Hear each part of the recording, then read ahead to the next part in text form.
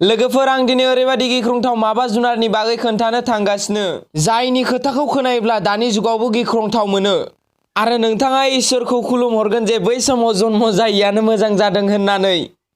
Top 5 वेन्डिंगो।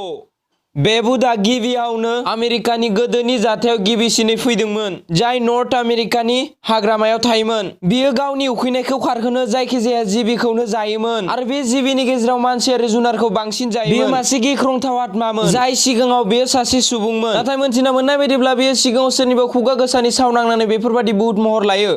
Top 4 ग्रुट स्लांक। बेनि बागै बयनिख्रुइबो गिबिसिन जापानाव खोनानाय जादों जायनि सोलेरा आधा बेमा आधा मानसिनि महर। जायखिजाया समाव मानसिफ्रा हाग्रा फारसे थाङोमोनब्ला बियो गोदै गारां दिहुननानै गावनि फारसे बै मानसिनि गोसोखौ बोनानै लाबोयोमोन आरो बियो गावनि फान्दोआव बेखौ जोबथेनानै लायोमोन आरो बेखौ गिख्रंथाव आखुजों बुथारोमोन। टप 3 क्यूबल पलिक। बे बुहुतनि महरा मानसिफोरनि बादि जाय गेदेमा लैथोमाफोरनि सिङाव थायो आरो बियो आइजोफोरनिफ्राय बा जायखिजाया गथ' फिसाफोरखौ खावो। बियो जुदि नोंखौ नुयोब्ला नोंथाङा बेनि गाबनायखौ खोनानो मोनग्रोगोन जाय बेनि फैनायनि इसाराखौ नोङो मोनथिनो मोनगोन। नाथाय बेनि वार्निं होनायखौ मोनथियाब्लासिनो बेनि फारसे थांबाय थायोब्ला अब्लाना बेयो गथ'खौ दैखोना दैयाव लाना थांगोन आरो माब्लाबाबो बे गथ'नि बिमा बिफाया बेखौ नुनो मोनफिननाय नंला। टप 2 आमिट।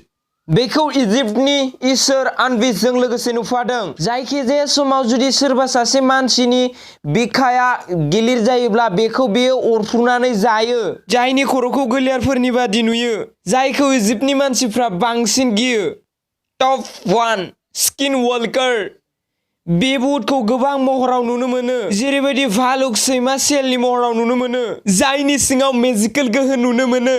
बेखौ मानसिफ्रा गिख्रंथाव बुट बुङो। जायखिजाया सुबुङानो जुदि बेनि मेगन फारसे नायोब्ला बियो गासिखौबो बावगारलांजोबो। जाय बुस्थुफोरखौ मानसिया खोनाया मानसिया नुवा बेखौ बियो नुयो आरो खोनानो हायो। लोगोफोर आं नोंथांमोननि थाखाय बे भिडिअखौ बानायनायाव 10 घन्टा लादों नाथाय नोंथांमोननो लाइक खालामनायाव 1 सेकेन्डबो नांनाय नङा आरो शेयार मोनसे खालामनायाव गोबां सम लानाय नङा। स' नोंथांमोना लाइक शेयार कमेन्ट खालाम आरो बेफोरबायदिनो भिडिअ नायबाय थानोब्ला आंनि चेनेलखौ साबस्क्राइब खालामना ला।